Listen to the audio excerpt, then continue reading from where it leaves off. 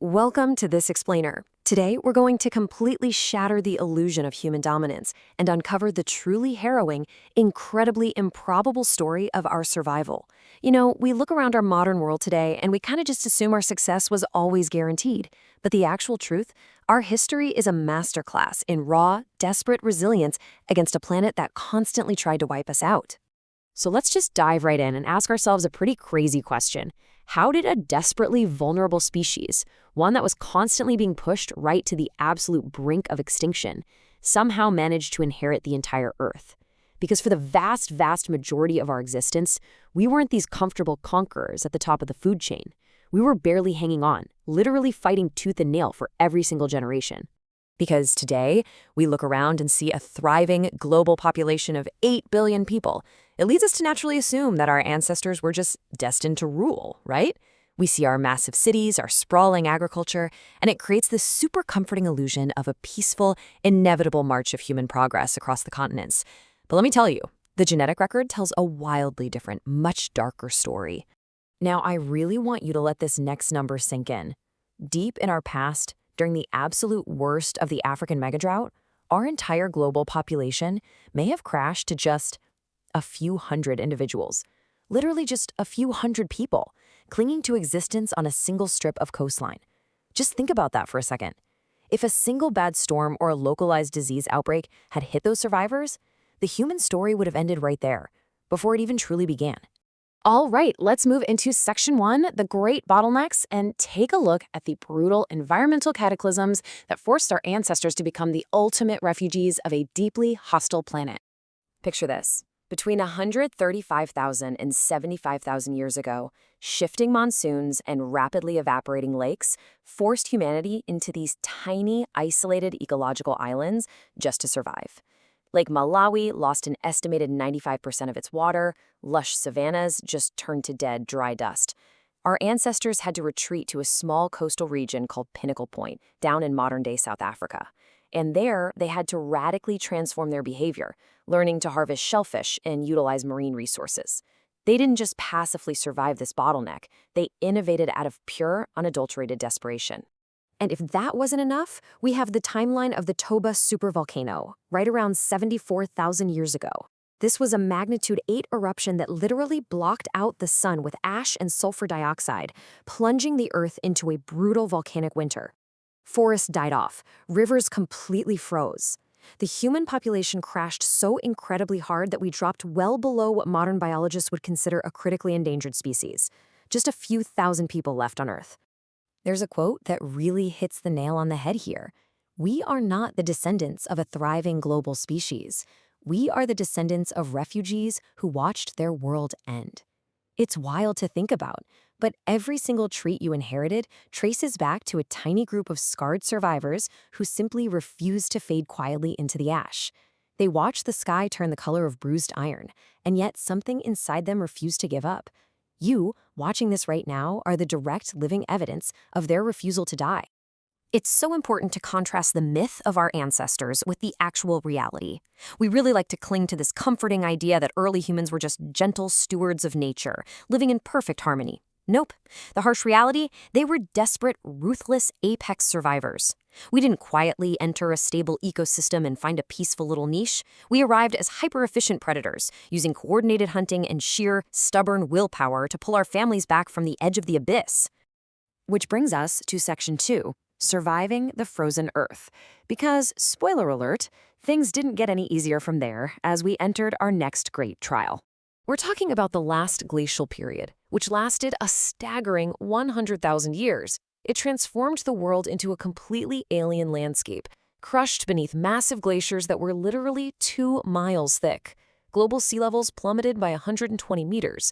For 100 millennia, human beings knew absolutely nothing but ice, stone, and bone-chilling cold.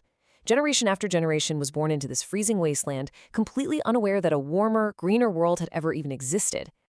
So, how exactly do you survive a world where the temperature regularly drops below -40 degrees Celsius? Well, our highly adaptable ancestors engineered tailored clothing sewn with bone needles. They built incredibly complex shelters out of mammoth bones. They even figured out how to render animal fat into lamps just to pierce through months-long polar nights. And they did all of this without metal tools, without any written language, without a safety net of any kind. It is just a stunning testament to human adaptability. Okay, so finally the climate begins to warm up. We made it, right? But then the Younger Dryas strikes 12,900 years ago. Potentially triggered by a cosmic impact, temperatures plunged back down by 10 degrees in a geological blink of an eye. This violent climate collapse erased emerging proto-civilizations like the Natufians right as they were experimenting with early agriculture, basically forcing humanity to start the whole concept of civilization over from scratch. And then comes the water.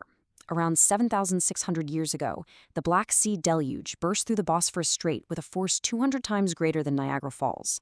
It swallowed entire settlements whole, birthed global flood myths, and scattered completely traumatized agricultural refugees all across Europe and Asia. When you think about it, civilization as we know it, our giant walls, our stone temples, our meticulous written records, might actually just be a massive coping mechanism, a way for these displaced survivors to defend against a world they knew firsthand could just end without any warning. Let's move into Section 3, the brutal price paid. Because surviving the ice and the floods wasn't quite enough, we also have to talk about the incredibly dark, uncompromising choices humanity made to secure its future. When you look at the megafauna extinction rates, it is just a megafauna apocalypse. As humans migrated across the globe, we systematically hunted the planet's largest beasts right to extinction. We fundamentally rebuilt the entire global ecosystem with our weapons. I mean, the correlation is just too clean to be a coincidence. Giant ground sloths, woolly mammoths, saber-toothed cats, they all just vanished in a geological instant after we arrived on the scene. We left behind a very depleted, very quiet planet. We also invaded the territories of our hominin cousins, the Neanderthals. We competed directly with them until they vanished entirely, leaving only 1 to 4% of their DNA as ghosts in the genomes of modern non-Africans. These were intelligent, tool-making people who had successfully dominated Europe for 360,000 years, but they simply couldn't survive the harsh, mathematical reality of competing with us for the exact same ecological niche. Now, before we sit here in the 21st century and judge our ancestors too harshly, I want you to consider a truly terrifying question about the visceral reality of Ice Age survival. When the migrating herds fail to show up, when the edible plants die off, and you are trapped in a frozen wasteland for months on end, what do you do to keep your family alive? Because between 45,000 and 30,000 years ago, starvation was so absolute during the Great Cannibal Winter that communities actually turned on each other. The archaeological record is grim, but it's undeniable. We find cut marks on human bones, skulls being used as drinking vessels. Our ancestors were forced to make the darkest imaginable choices, and wild enough, evolutionary biology actually adapted our genetic code, leaving markers like prion disease resistance still active in our DNA today just to survive the consequences. Even our own geographical migrations turned into this slow-motion trap over time. By crossing the Bering Land Bridge and isolating the Americas 11,000 years ago without domesticated livestock, those populations maintained a kind of immunological innocence.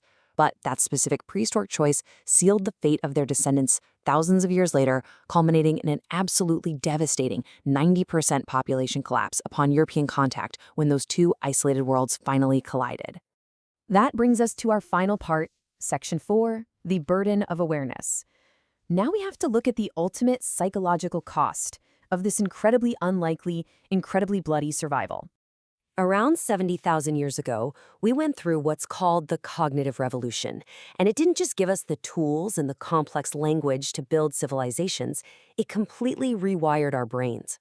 Suddenly, humans are making delicate jewelry, painting masterpieces deep inside caves, and burying their dead with ceremonial goods. We crossed a massive threshold into unparalleled abstract reasoning, and it turned us into the ultimate problem solvers of the natural world.